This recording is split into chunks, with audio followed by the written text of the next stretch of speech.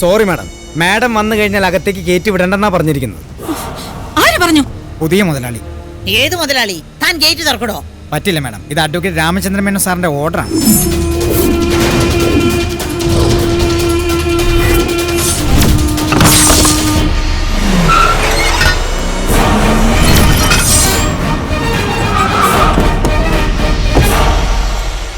നിക്ക് നിക്ക് നിക്ക്, എങ്ങോട്ടാ ഒരു ലക്കും ലകാനുമില്ലാതെ?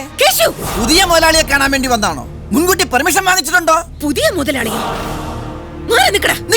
എക്സ്ക്യൂസ് മീ, ഇദ്ദേഹം നിങ്ങളുടെ ആട്ടും തുപ്പും കേട്ടു നടന്ന ആ പഴയ കേശുവല്ല, പുതിയ മുതലാളിയുടെ ചീഫ് സെക്യൂരിറ്റി ഓഫീസറാ. നിങ്ങൾ രണ്ടിനും ഞാൻ എന്താ അവിടെ?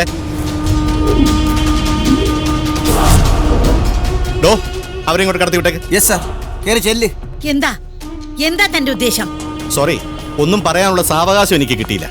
എന്റെ പവർ ഓഫ് അറ്റോണി ഉപയോഗിച്ച് എല്ലാം സ്വന്തം പേരിലാക്കാനുള്ള തിരക്കിലായിരുന്നു താൻ. അയ്യോ, എന്റെ പേരിലല്ല, എന്റെ ബോസിന്റെ പേരിലാ. ഏത് ബോസ്? ഏത് ബോസ് ആണോ തന്റെ പിന്നിൽ?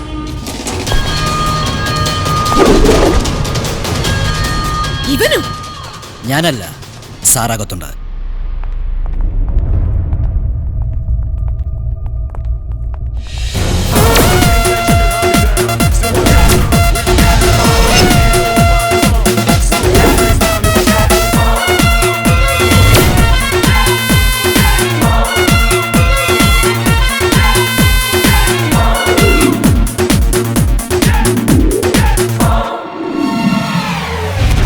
ഞാൻ ചക്രവർത്തി, അശോക ചക്രവർത്തി.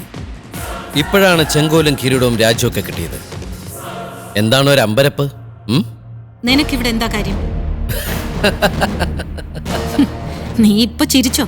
പക്ഷെ ഒരു പൊട്ടിക്കരച്ചിലിന്റെ മുന്നോടിയാണ് ഈ ചിരി. ഇവിടെ കോടതി നിയമമൊക്കെ ഉണ്ട്. പിന്നീട് അഴി എണ്ണുമ്പോ കാല് പിടിക്കാൻ വന്നേക്കരുത്. ഞാൻ നിങ്ങളുടെ കാല് പിടിക്കാനോ? കണ്ണടച്ച് തുറക്കും മുമ്പ് ഒരു സാമ്രാജ്യം മുഴുവൻ നഷ്ടപ്പെട്ട നിങ്ങൾ എന്റെ ഈ കാലുകളാണ് പിടിക്കേണ്ടത് കേട്ടോ. You cheat.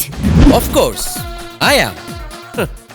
പെട്ടെന്ന് കോടീശ്വരന്മാരാവുന്ന എല്ലാവരുടെയും പിന്നിൽ ഇതുപോലുള്ള ചതികളും കഥകളും ഒക്കെ മറിഞ്ഞിടപ്പുണ്ടാവും അല്ലേ ഗ്രാൻഡ്മാ? ഞാൻ ഇതുവരെ എങ്ങനെ പെട്ടെന്ന് ഒരു കോടീശ്വരനാകാമെന്ന നാടകത്തിന്റെ രചനയിലായിരുന്നു. ഇവരൊക്കെ എന്റെ കഥയിലെ നല്ല കഥാപാത്രങ്ങളാണ്, വില്ലന്മാരല്ല. കേട്ടിട്ടില്ലേ? Life is A drama, world is A stage, God is the director and we are all actors. വെറുതെ ഈ IPS ഉണ്ടല്ലോ, ഇവൻ എന്റെ ബാല്യകാല സുഹൃത്ത് മധുറാം. ഇവന്റെ അച്ഛൻ രാമേന്ദ്ര സാർ, അദ്ദേഹത്തിന്റെ കീഴിൽ ഞാൻ ജൂനിയറെ പ്രാക്ടീസ് ചെയ്തിട്ടുണ്ട്. എന്റെ ഗുരുവാ. ഇവൻ രാജലക്ഷ്മിയെ കല്യാണം ആലോചിച്ചു വന്നതും സ്വത്തിന്റെ പേരിൽ പിന്മാറിയതും എന്റെ തിരക്കഥയാണ്. നിങ്ങളുടെ മകളുമായിട്ടുള്ള എന്റെ കല്യാണം നടത്താൻ വേണ്ടി ഈ കഥയിലെ ഫസ്റ്റ് ഹാഫിലാണ് ഞാൻ ഇവരെ ഗസ്റ്റുകളായി കൊണ്ടുവന്നത്. പക്ഷേ ഇന്റർവെല്ലിലെ ട്വിസ്റ്റ് കണ്ടപ്പോഴാണ് സെക്കൻഡ് ഹാഫിലും എനിക്ക് ഇവർ ആവശ്യമാണെന്ന് മനസ്സിലായത്. ഇതോടെ ഈ കഥയിൽ ഇവരുടെ റോള് കഴിഞ്ഞു. Thank you. എന്നാ ഞങ്ങൾ അങ്ങോട്ട്. Thank you sir. എനിക്ക് ഇവിടെ ഒരു ഫാമിലി ഗെറ്റ് ടുഗദർ ഉണ്ട്. We will meet. Okay, thank you. ചേടാ ചക്രവർത്തി, ഇവളൊരു പേപ്പറിൽ ഒപ്പിട്ട് തന്നെന്ന് കരുതി നീ എന്ത് നാടകം കളിച്ചാലും ഒന്നും നിന്റെ പേരിലാവെന്ന് കരുതണ്ട. നിയമത്തിന്റെ മുന്നിൽ അതിന് ഒരു വിലയും ഉണ്ടാവില്ല. എന്തുകൊണ്ടില്ല? രാജാസ് ഗ്രൂപ്പിന്റെ സർവസ്വത്തിനും അധിപനായിരുന്നു രാജവെങ്കടേശ്വര ചെട്ടിയാർ, ഗ്രാൻഡ്മയുടെ ഭർത്താവ്. അദ്ദേഹത്തിന്റെ മരണശേഷം അദ്ദേഹത്തിന്റെ ഏകമകൾ ഈ നിൽക്കുന്ന രാജമല്ലികയാണ് സർവസ്വത്തിന് അവകാശം. അല്ല, ഈ സർവസ്വത്തിന്റെ അവകാശി ഞാൻ മാത്രമാണ്. ഇവളുടെ ഒപ്പിന് ഒരു വിലയും ഇല്ല. അത് ഞാൻ കോടതിയിൽ പ്രൂവ് ചെയ്തോളാം. വക്കീലിന് നിയമം പഠിപ്പിക്കല്ലേ. സ്വത്തിന്റെ സകല അവകാശവും മകൾക്കാണെന്ന് കോടതിയിൽ പുഷ്പം പോലെ ഞാൻ തെളിയിക്കും. നിനക്കതിന് സാധിക്കില്ല. സാധിക്കും, സാധിക്കും, സാധിക്കും. ഇല്ല ഇല്ല ഇല്ല. എന്തുകൊണ്ടില്ല? അവൾ എന്റെ മകളല്ലാത്തത് കൊണ്ട്.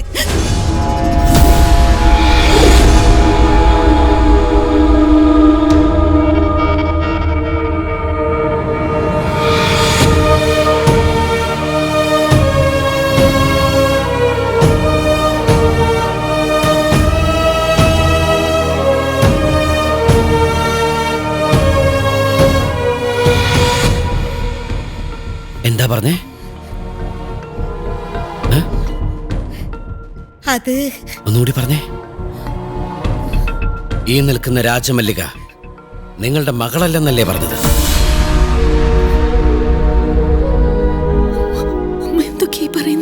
റിലാക്സ്.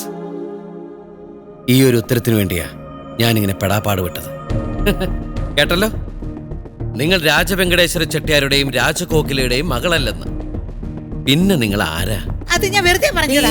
ഗ്രാൻഡ്മാ, ഇനി നിങ്ങൾക്ക് കള്ളം പറഞ്ഞു നേടാനാവില്ല. പ്ലീസ്.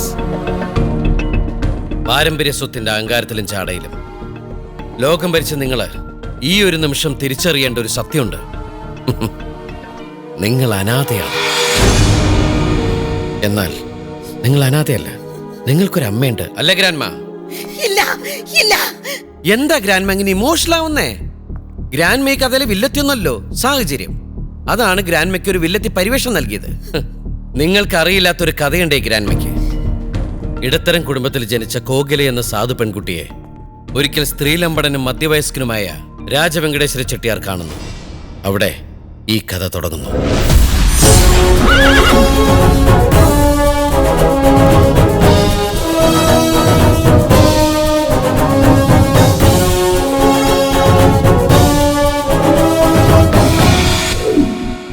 പലവട്ടം ശ്രമിച്ചിട്ടും തന്റെ ഇംഗീതത്തിന് വശംവദയാകാതിരുന്ന കോകിലയെ ചെട്ടിയാർ ഒരു വാശിപ്പുറത്ത് ഭീഷണിപ്പെടുത്തി വിവാഹം ചെയ്തു.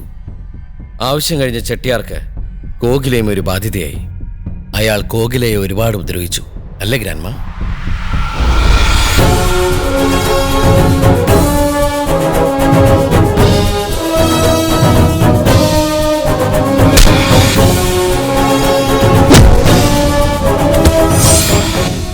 ഗർഭിണിയായിരുന്ന കോകില ചെട്ടിയാരുടെ ചവിട്ടേറ്റ ആശുപത്രിയിലായി. ആ കുഞ്ഞ് നഷ്ടപ്പെട്ടു. ഇനി ഒരിക്കലും അമ്മയാകില്ലെന്ന സത്യം മനസ്സിലാക്കി ആശുപത്രി വിട്ടിറങ്ങുന്ന നേരത്ത് കോകില ആ സന്തോഷ വാർത്ത കേട്ടു. ചെട്ടിയാർ ഒരു ആക്സിഡന്റിൽ കൊല്ലപ്പെട്ടു.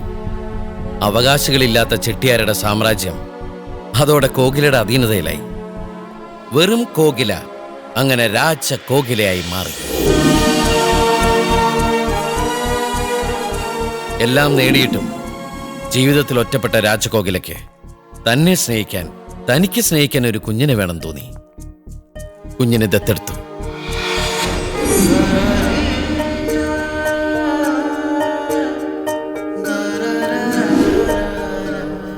ആ കുഞ്ഞാണ് ഈ രാജമല്ലിക, അല്ലേ ഗ്രാൻഡ്മ? കഥ ഇവിടം കൊണ്ടും തീരുന്നില്ല. വർഷങ്ങൾക്ക് ശേഷം ആ കുഞ്ഞിന് അവകാശം പറഞ്ഞ ഒരമ്മ ഈ ബംഗ്ലാവിന്റെ മുമ്പിലെത്തി.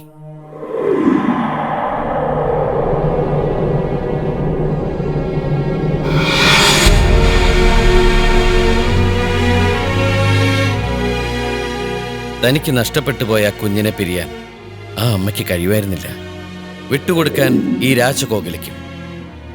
ഒടുവിലെ അമ്മയെ ഇവിടെ വീട്ടുജോലിക്കാരിയാക്കി മാറ്റിക്കൊണ്ട് കോകില ആ പ്രശ്നം പരിഹരിച്ചു. അമ്മയ്ക്ക് മകളെ കാണാം, പക്ഷേ മകൾ അറിയരുത് അവരമ്മയാണെന്ന സത്യം. ആ അമ്മ എന്ന സത്യം ഓർമ്മ വച്ച കാലം മുതൽ നിങ്ങളുടെ കൺമുമ്പിലുണ്ടായിരുന്നു. നിങ്ങൾ ശാസിച്ചും തല്ലിയും ആട്ടിയും ശീലിച്ച ഭവാനിയമ്മ.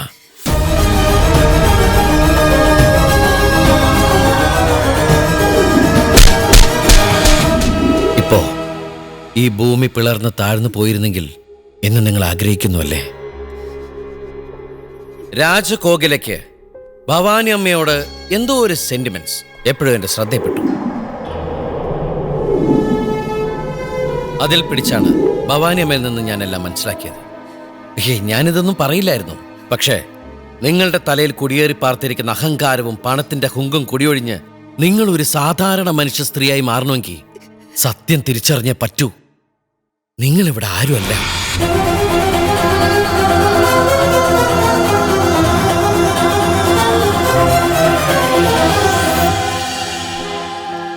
മനസ്സിൽ കുറ്റബോധത്തിന്റെ ഒരു അംശമെങ്കിലും തോന്നുന്നുണ്ടെങ്കിൽ ആദ്യം വീഴേണ്ടത് ജന്മം തന്ന ആ അമ്മയുടെ കാൽക്കലാണ്, പിന്നെ ഭർത്താവിന്റെയും. മാഡത്തിനെയും ഭർത്താവിനെയും തമ്മിൽ അകറ്റിയത് ഈ ഗ്രാൻഡ്മയുടെ ഭയമാണ്. ഈ ലോകത്തുള്ള പുരുഷന്മാർക്കെല്ലാം ചെട്ടിയാരുടെ മുഖമാണെന്ന് ഗ്രാൻഡ്മ വിശ്വസിച്ചു. സ്നേഹിച്ച് വിവാഹം കഴിച്ച് നിങ്ങളുടെ ഭർത്താവിൽ പോലും ഗ്രാൻഡ്മ ചെട്ടിയാരുടെ മുഖം കണ്ടു, നിങ്ങളെ തമ്മിൽ അകറ്റി. മാത്രമല്ല, ഗ്രാൻഡ്മയ്ക്ക് നിങ്ങളോടുള്ള അമിതമായ സ്നേഹം, പൊസസീവ്നെസ് അല്ലേ ഇവരെ തമ്മിൽ അകറ്റാനുള്ള മറ്റൊരു കാരണം?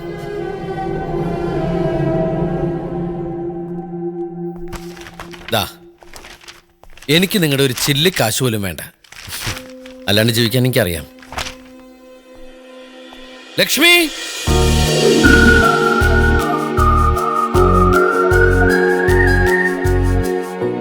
എന്റെ കയ്യിൽ പണമില്ല, പക്ഷേ ഒരു പണത്തിനും പകരം വാങ്ങാൻ കഴിയാത്ത സ്നേഹം അവളുണ്ട് ഈ മനസ്സില്. അത് കൊടുത്ത് നേടിയതാണ് ഞാനിവളെ. ഈ ഒരു സ്വത്ത് മാത്രമേ ഞാൻ ഇവിടുന്ന് കൊണ്ടുപോകുന്നുള്ളൂ. വാ ലക്ഷ്മി.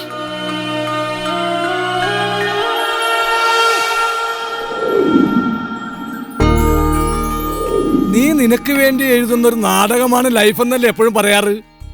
ഇതിനൊരു ക്ലൈമാക്സ് വേണ്ടേ? ക്ലൈമാക്സ് ഒക്കെ കഴിഞ്ഞട പൊട്ടാ. കഴിഞ്ഞോ? അപ്പോ ശുഭപര്യ വ്യവസായി നിന്ന് ചിരിക്കുമ്പോ അവസാനിപ്പിക്കുന്ന പരിപാടിയില്ലേ? നീ പറയുന്ന ടൈലന്റ് അതിപ്പോ പല ക്യാരക്ടേഴ്സും പല വഴിക്ക് കിടക്കല്ലേ, ഒന്നിക്കണ്ടേ?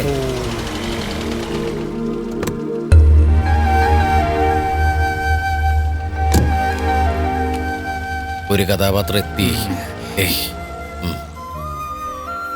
ആ നിൽക്കുന്ന അഹങ്കാരിയെ രാജമല്ലികയല്ല. ആ മാറ്റം കണ്ടിട്ട് അങ്കൾ ആഗ്രഹിച്ച പോലെ ഉത്തമയായ ഭാര്യയാണെന്ന് തോന്നുന്നു. ചെന്ന് വിളിച്ചോണ്ടു വാ. ചെല്ല്.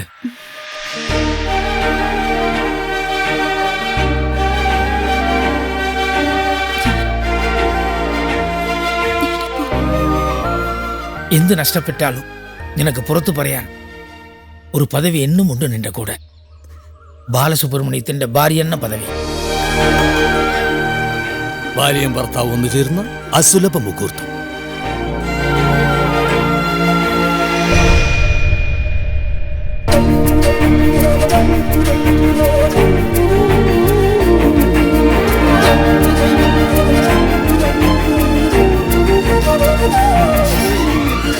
അനാഥയായ അമ്മക്ക് സ്വന്തം മകളെ തിരിച്ചു കിട്ടിയ നാടകീയമായ മറ്റൊരു മുഹൂർത്തം. അടുത്ത കഥാപാത്രം ലാൻഡ് ചെയ്തല്ല. ഹായ് ഗ്രാൻഡ്മാ, എന്താ പുറത്തിറങ്ങാത്തെ? വാ വാ വാ. എല്ലാരും ഒറ്റയ്ക്കാക്കിട്ട് പോകുന്നില്ലേ? ആര് പറഞ്ഞു ഒറ്റയ്ക്കാക്കിയെന്ന്? എനിക്ക് അവരെ പിരിയാൻ വയ്യ. ഹായ്, പിരിഞ്ഞു എന്ന് ആരാ പറഞ്ഞേ? ഇങ്ങ് വന്നേ. എല്ലാം ഗ്രാൻഡ്മയുടെ കൊച്ചു കൊച്ചു തമാശകളും കുസൃതികളൊക്കെ ആയിട്ട് നമ്മളൊക്കെ കണ്ടിട്ടുള്ളൂ. പ്രായം കൂടി വരുമ്പോ ചിലർക്ക് കൊച്ചു കുട്ടികളുടെ സ്വഭാവമാവും. ആണോ? എന്നാ എല്ലാരും എന്റെ വീട്ടിലേക്ക് വരണം. എല്ലാവരും വരും. അതുവരെ കുറച്ചു കാലം ഗ്രാൻഡ്മ ഞങ്ങളുടെ കൂടെ കൊച്ചു വീട്ടിൽ താമസിക്കണം. അതെ, സ്നേഹം, കെയറിങ് രണ്ടും കൂടി ചാലിച്ച് മർമ്മത്ത് ഒരൊറ്റ അടി കൊടുത്ത ഏത് പെണ്ണിനും വരച്ച വരയിൽ നിർത്താൻ പറ്റും. അതാണ് ഇവിടുത്തെ പല ആണുങ്ങൾക്ക് അറിയാൻ പാടില്ലാത്തത്. അതെ സാറേ, നിങ്ങൾക്ക് കിട്ടിയ നിധിയാണ് ഈ മരുമകൻ, മിസ്റ്റർ മരുമകൻ.